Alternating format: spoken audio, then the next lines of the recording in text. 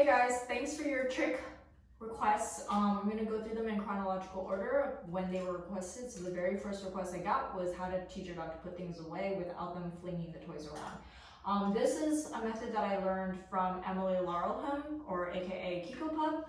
I don't know if she has free material about this specific trick online. I think I might have learned it through like a subscription program that I did with her. It was like a 52-week challenge, like teach your dog something every week, and that's how I might have learned this behavior or this approach. Sara Brueske also calls this thing and a thing.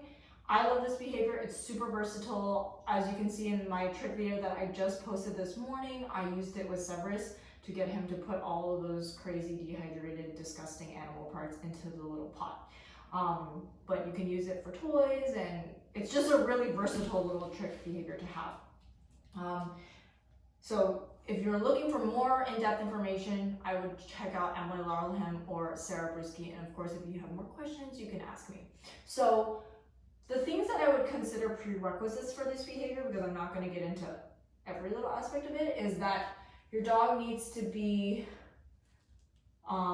comfortable picking something up for at least a short period of time. So they don't need to have a huge duration for like a steady hold, but if they have like a very basic retrieve, or they can at least chase a toy, and if they chase that toy they're more likely to grab it or something like that, that's good enough.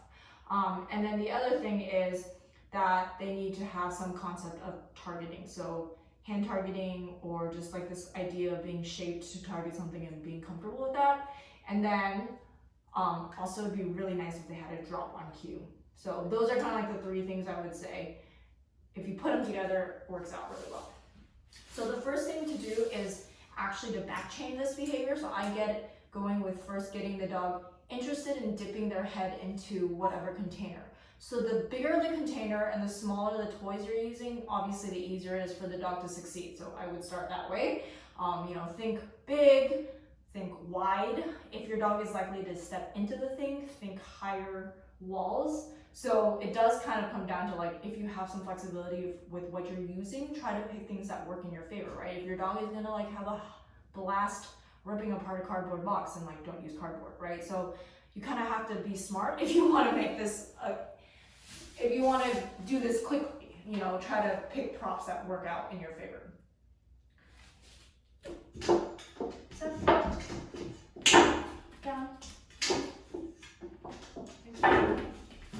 Set down.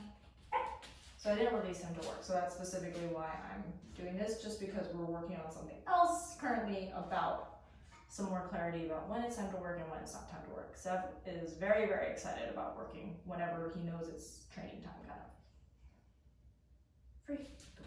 So I'm gonna start shaping him for any interest in the bucket, specifically nose, ideally.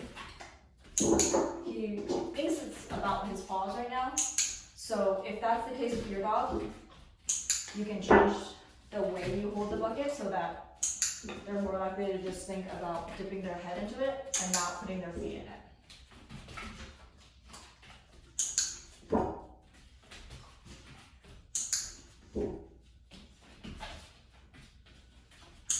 Good. So now I can put it back down, and he's not thinking front paws. So it's totally up to your dog. I don't know many dogs who might think to just step in it. If you played like the box game, maybe.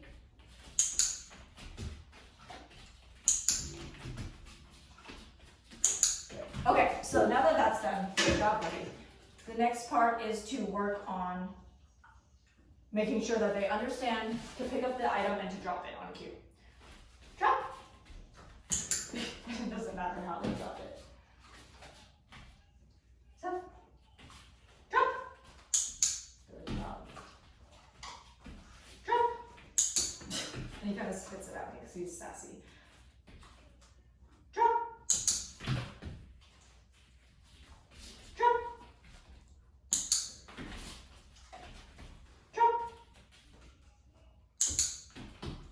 So the other thing to think about, I forgot to mention this earlier, is you're going to want to make sure you pick an item that's not going to, if your dog is sensitive, he's not really. But if you have a sensitive dog, you You might not want to pick an item that's going to make a loud noise with your container. So if you had a quieter container, that might not be an issue, but this is a tin box. So I could see like hard things being kind of loud, and that might disturb your dog. So that's something to consider too. Now that you have those two pieces together, you can start to chain them together. So the last behavior that we want is essentially the drop with the little head dip. So what's going to happen is, depending on your dog's natural desire to bring it back to you, so this kind of is where the path diverges. If you have a dog who already sort of retrieves, but it's just a really sloppy area of retrieval, then you can go ahead and put the item a little bit farther away. If your dog has zero concept of retrieving, then you might just want to hand them the item right above the little bin, okay? Free. So,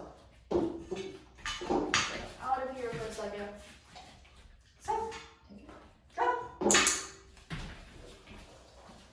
Drop. And the thing I'll often do is feed in the bucket. Drop.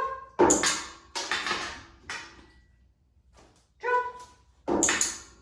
Right, so this is zero distance. It's just about them drop, doing two behaviors that they know really well, and he's kind of like pecking into the drop.